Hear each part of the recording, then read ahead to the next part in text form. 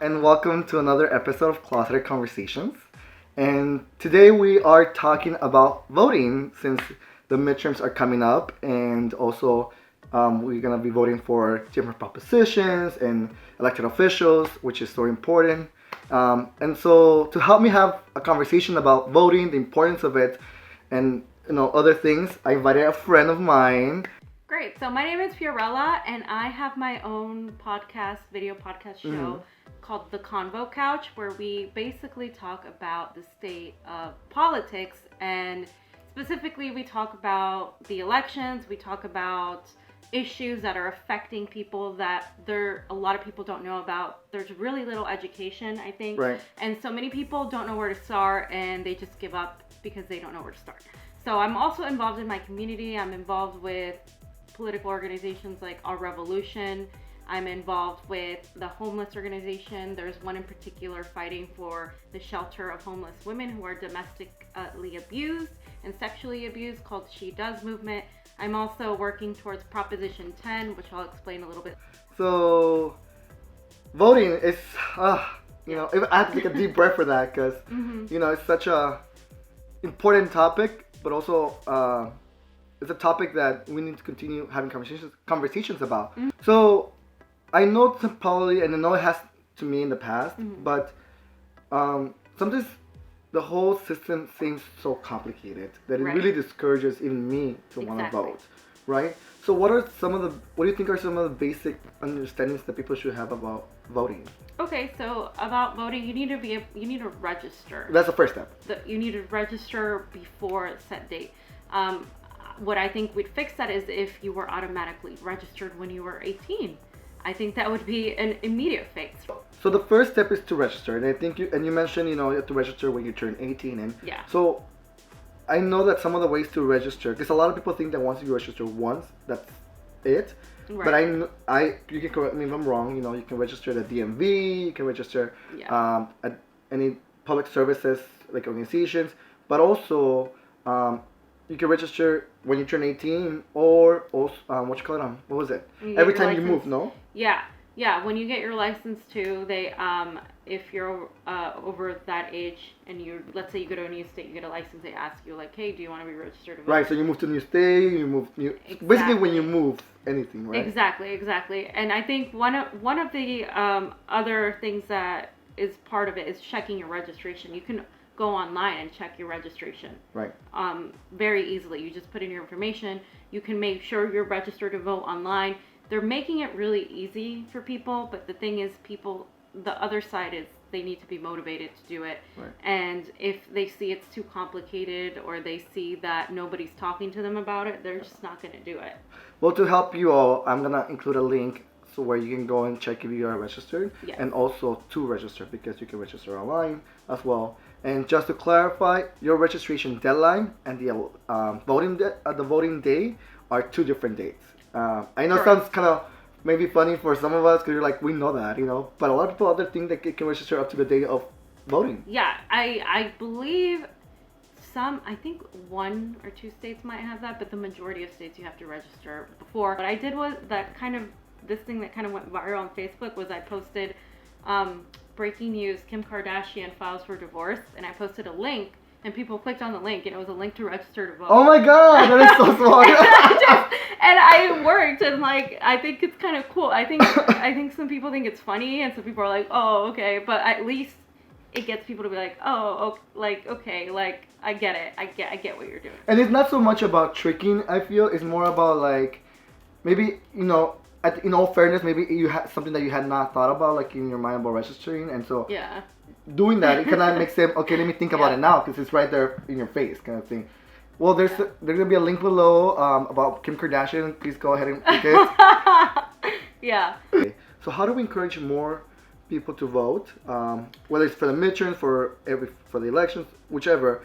But specifically, how do we encourage more young people to vote? I think a lot of people just need to be given a reason to vote. For instance, a candidate should never expect to vote. You need to earn your vote as a candidate, and you need to be able to go to your constituents, knock on the doors, and say, hey, maybe you should vote for me. What's happening with our generation is that we are so fed up with the way politics is that a lot of people are apathetic towards it. They don't care anymore. They tell me that everything's the same. My friends who aren't political always tell me, well, why should I vote? Because nothing changes. Right. Why does it affect me?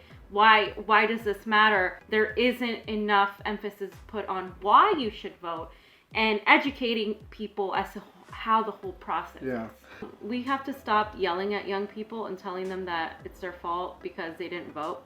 I think that's one of the things that people do. They're yelling at people right now and saying, you need to vote. If you don't vote, then you're dumb. Like, and that's not gonna get people. You're part of the problem. Exactly. But you know what? They know that. Kind of true.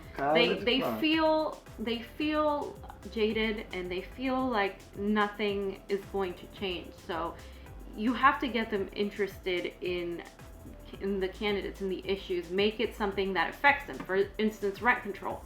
I don't know of anyone who doesn't want cheaper rent in Los Angeles. I really don't know of anyone. That's something that I think could appeal to young people, whether it's through text banking. There's apps where you text bank. Right now I'm texting for Proposition 10, which is going to repeal Costa-Hawkins, which lets these landlords raise rents however they want. So in repealing that act, you impose the option of having rent control, which keeps rents lower. And so that is something that would appeal to someone young. It has to appeal to them. It has to benefit them because right now our generation is the most underpaid and the most educated generation. And we're supposed to be rising and making more money than our parents, but we're not. And there's something wrong with that. And I mean, I feel like also a lot of people from our generation are still living at parents' homes, which is not a bad thing. I mean, you can save money and you can help. That's the thing. But if rents were lower, things like that, and I think it has to appeal to them in order for them to go out there and vote. We have an increasing amount of homelessness. We have rents that are skyrocketing and only getting higher, and wages are still stagnant. I mean, 15 minimum wage should go up. I think it should be by 2020 for California. But still, I mean, you live here. That's not that much for California. Yeah. We are still lacking.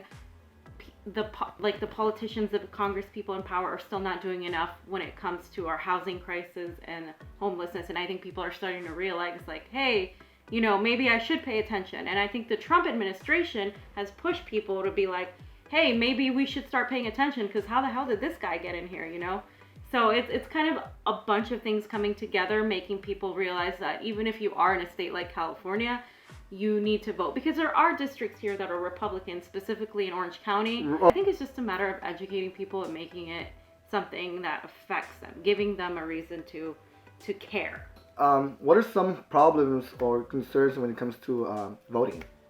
So when it comes to voting, for me, one of the main issues right now is that the ballots are being either thrown out, you've been given the wrong ballot, you are told you're not on the voter roll. So what happened to a few of my friends back in 2016, if you recall the primary between Bernie Sanders and Hillary Clinton, a lot of my friends were told that they weren't registered when they had registered, and then they were given a provisional ballot. A provisional ballot is not the same. A provisional ballot allows you to vote, but your vote isn't necessarily counted till way later, and sometimes it's not counted at all.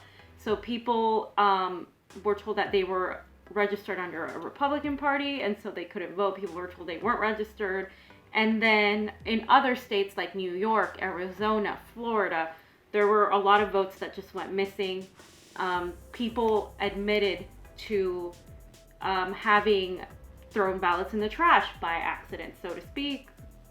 Wow. So there's all of this going on. So because you vote on it goes through the machine, right? Right. Because you do that, there's no way to trace it if there's not a paper. So I think we need to nationalize having paper ballots. That's one way to make that happen. When you have paper ballots, you can hand count them without there being like, oh, maybe they hacked into the election system, right? Because for me and you, I would like to be able to vote online, but it's not as secure. Oh yeah. So because anyone can hack into it, and that's, I guess, in part what happened as well. people were able to hack into our voting system. We need to figure out is a way to have more secure forms of counting people's ballots. Right. Yeah, and you know, you can volunteer. And actually count them. And actually count them. And you can volunteer to work at a polling booth and you get paid, but it's not that much, but at least you can volunteer. We need more people who are about fair elections to go and volunteer as well. Right, you know, and I'm glad you mentioned that because,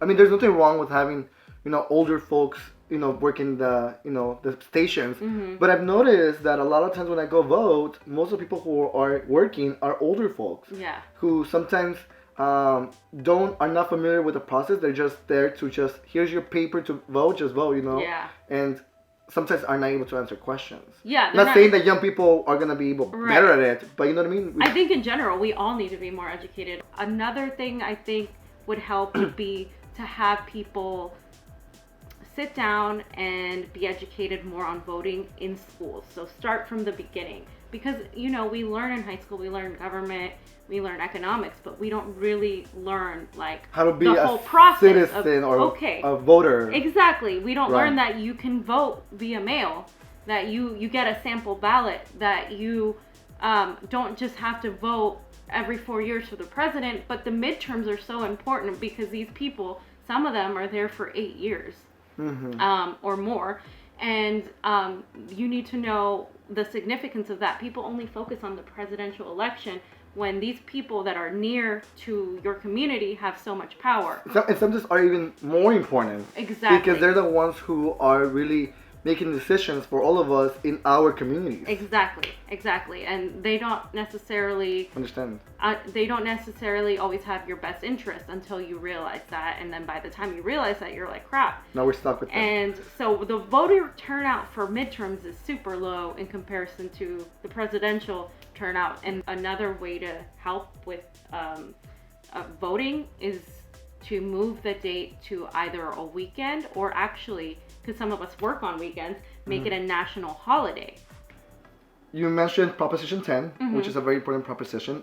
To be honest, I have not gone through my whole booklet here with all the information, like, you know. And that's another thing, that this booklet is so big that I cannot see a lot of people going through it, like, let me see what it is, what it says, and the wording, it's so complicated. And I thought about like creating like a similar book, like, you know how kind of like for dummies. Yeah, but you know how you have No Fear for Shakespeare, where to understand. I kind of like that. I thought about like putting like the amendments. Kind of making it like cool and basic and like short and sweet to the point, because sometimes these people get wrapped up in things that you as a voter don't necessarily need to know. Maybe someone that's more involved needs to know, but I think like for the majority of people to understand, there's a way to make it easier to access. But without changing, compromising the you know, the quality or the integrity. Thank you. I mean, we're not able to go over each proposition or candidate here because we don't have enough time, but we will definitely be looking for links and putting them down in the description. You know, one thing also that I kind of like, what I've noticed right now is that there is a lot more push for voting. I've noticed a lot of people that I follow on Instagram, famous people have talked about it. Even Levi's, who's about jeans, you know, they came up with a commercial on voting. And in fact, they have these cute pins. They're not sponsoring the video. They should have. I'm kidding. But they created this pins, you know, like about voting. Because a lot of people like wear the sticker, which they feel proud of, but having a pin like this to remind people, I wear it almost every day to keep telling people like, hey, don't forget. So, I think that's happening because they're seeing, like, you know, we have a Republican majority in Congress right now for the most part, and they want to overturn that. And so a lot of these people, you know, want that as well. And whatever your affiliation is, though, whatever you believe in, it's, you know, it's your right as an American to have your voice heard. And it sucks when you feel like it's not heard and when you feel like they do some trickery.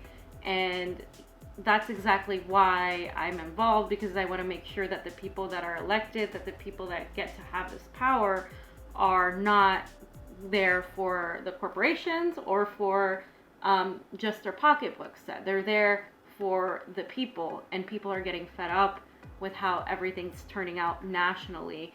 For instance, the economy is up, people have jobs, so the unemployment rate is down, However, what is not being said is that people need to have 2 to 3 jobs just to make ends meet. And one of the candidates that's running in Washington State shared her experience where she went to a homeless shelter and she saw a woman put on her name tag and get ready to go to work. So just because people are homeless doesn't mean that they don't have a job, and that's another way of looking at it. Yes, the economy is booming in a way, but it's not booming for the bottom people. It's only booming for the top 1%. Of course. Wow, this is such a again taking a deep breath as we begin the conversation and end the conversation, because there's a lot of things we need to talk about. And I understand that the system is complicated, voting is maybe jaded, but I think the moment that we start thinking that maybe we should just forget about it, I think the moment where the big people will take advantage of that and say, well, now we can run the country however we want. And that's kind of what's happening. Right. And so that's why, and I guess to put it simply, the millennial generation and Generation Z and then the generations after are the ones that are suffering, and they're going to be paying everything that's happening right now. So we're going to be paying the price with climate change. We're going to be paying the price with the increasing housing crisis. We're going to be paying the price with the lack of funding for healthcare. We're going to be paying the price for not even having Social Security guaranteed to us by the time we retire. So I think it's important that we start looking at the effects long term and not just what immediately affects us. But if you do want to look at what immediately affects you, and that's the people around you, that includes immigration, it includes healthcare, it includes the cost of rent. So I think that is definitely something that can be pushed, because again, all of us here would love to not have our rent increase overnight. So we talked about what are some ways to improve voting or to help with voting, and that was, for example, making it a holiday, or at least let people take the time off and get paid to go out and vote. That's another good suggestion. Making it more creative, especially for younger generation. I know a lot of young people get blamed for not voting or the state we're in, but the reality is that older folks, I'm not saying that all of them, but many older folks also have the time luxury to be able to go vote, especially on a Tuesday, when sometimes we have to work and be at school, and so, but until we in a way change that, we have to continue fighting fighting the good fight. Exactly. And just so everyone knows, Uber is offering free rides to your polling place on Tuesday, November 6th. Oh, wow. So wherever your polling place is, Uber will cover the full cost. Lyft is offering it 50% off or free if you live in certain areas that are deemed low income. So those two there's no excuse. And I've also heard other people saying, hey, I'll give you a ride if you need a ride if you don't have a car. And so that's totally happening. You just give me a great idea. I might offer rides if people want to, well, we have to live in LA County, and don't make me go all the way to OC, even though that's where we need it. So seriously. Awesome. Well, thank you so much, Fee, for being part of this, and we'll be putting links down to help you register. The registration deadline is October 22nd, so please go out and vote. Register, and then obviously go out vote on November 6th, or before if you do it by mail, right? Yes. Do you have any last comments you'd like to share with our viewers before we leave? Well, if you guys go on Twitter or Facebook or YouTube, check out the Convo Couch. We do everything from, we go to events, we talk to candidates, we talk to community organizers, we organize rallies. We had Alexandria Ocasio-Cortez, we helped with that, and Bernie Sanders in downtown LA. We also work with the community and many activists, and we have very chill conversations, kind of awesome. Like this, where we just talk about everything. We'll make sure to include your information below, so you guys can go ahead and follow and like and check it out. But also don't forget to subscribe, follow, like and share our videos. Lots of conversations. Yes, conversations. Conversations is what makes progress. So just having that. Go out again, share our video, and thank you everybody for watching this Closet Conversations episode. Take care. Bye.